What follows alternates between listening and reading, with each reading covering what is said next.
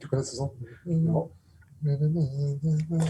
So if you want a concert, it can give you a free concert. Друзья, всем привет, меня зовут Ярослав Степанов, и тут мог бы быть концерт Сирила Гана, но вместо этого будет его интервью. В ближайшие выходные он станет соперником Александра Волкова, в поединке с которым они, скорее всего, определят следующего претендента на пояс UFC. На общение с Ганом мне выделили 10 минут, поэтому я постарался за этот отрезок максимально компактно задать ему те вопросы, которые кажутся интересными. Тут, конечно, будет и про Волкова, и про помощь в подготовке бойцов из России, тренирующихся с Ганом в одном зале, и про то, чем Александр лучше Фрэнсиса Нганну, с которым Сирил провел много времени на тренировках. Надеюсь, вам будет интересно и не стыдно за мой колхозный английский. Для удобства я не озвучивал ни вопросы, ни ответы, поэтому если что-то не так в субтитрах, обязательно напишите в комментариях. There are just a few days left before your fight against Alexandr Volkov, and you said before that you had never fought an opponent who was taller than you before. Do you expect that this fight will be the toughest fight in your MMA career? Yes, probably. Probably because, like you say, he's taller than me. I have a former opponent taller than me, but not like that. Like that, is really tall, and yes, probably it's going to be my biggest test. Not just for that, because I think Volkov is one of the best of this division at this time. Was it easy to find sparring partners who were similar to Volkov? Yes, we try with Thomas Pinal, a Slovak. Thomas Mosny. I'm dangerous. Thomas Mosny, a Slovak guy. I have also my man just over there, Paula Begay. This is the future, and yes, we try like that. Can I say that during this training camp you worked a lot with Murad Aliyev, it's MH boxer? Yes, exactly. I forgot this guy also. Yes. A big level in the striking, and this is a big friend.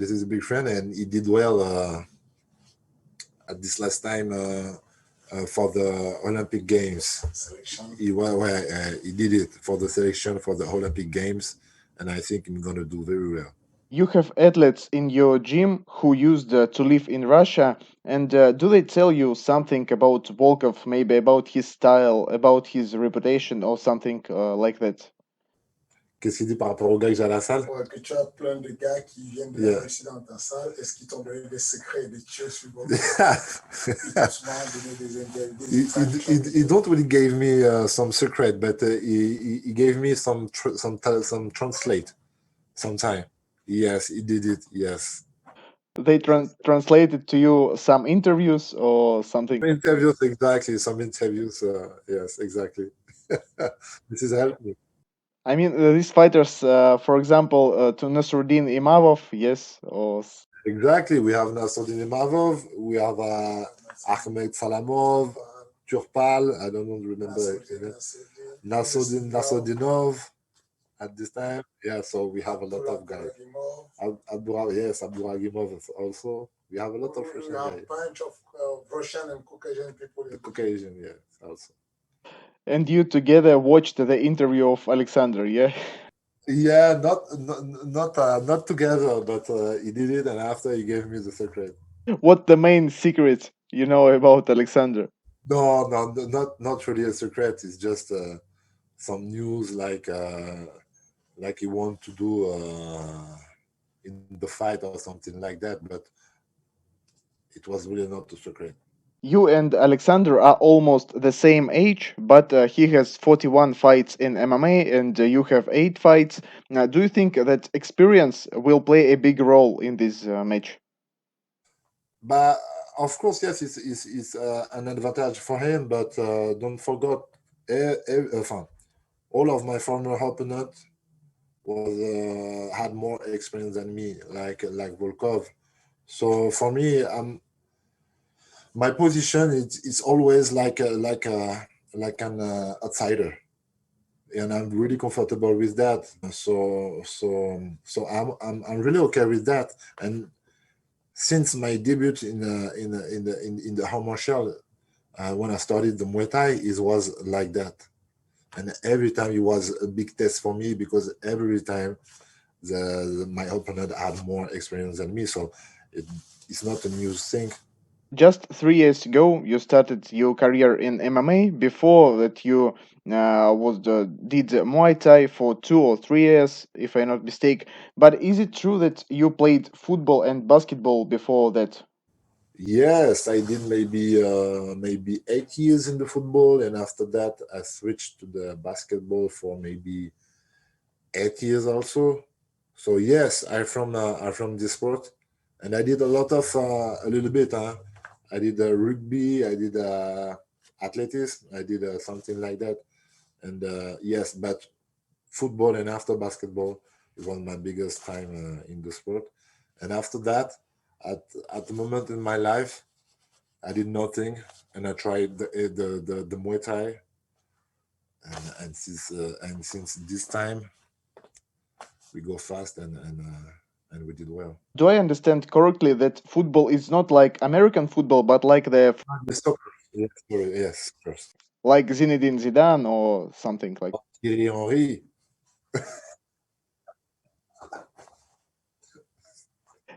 If you compare football and MMA, then there's a feeling that you can earn more money in football. Why did you decided not to continue your career in this sport? Uh, I stopped my career in football just because I had a friend in basketball, and when you play soccer, it's when it's the summertime, that's okay, but when it's comment on dit l'hiver? Non, c'est en train de voir. The winter time, it's really hard. You understand? And I had some friends in the basketball with the gym, and it's more easier. And after that, I switched to the basketball. So I switched to the basketball like that. And after that, because I was a student, and I have a job at the same time. That's why I stopped the basketball, because I work in the weekend also. What it work was? I sell some furnitures like a sofa, like something like that. It was a hard time for you.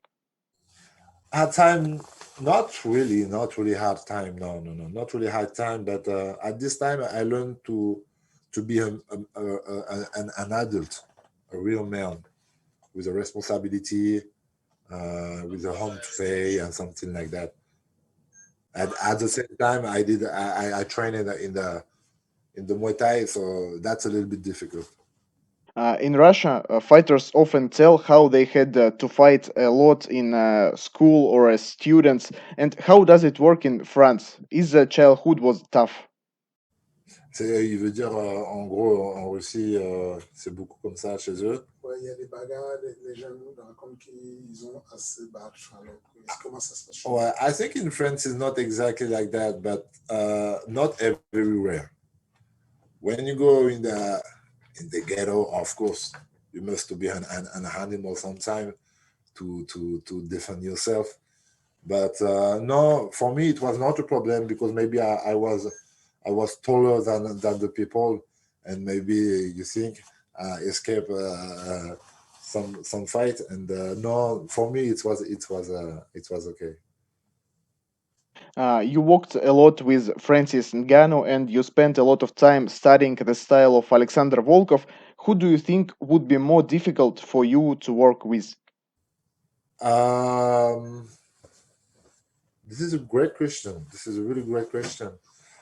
I think Volkov, like I say, is well rounded. Volkov challenge over him in the striking. Volkov challenge Curtis Bay in the wrestling. Verdum in the grand game. I think Volkov are more ability to derange me. Ça se dit ça?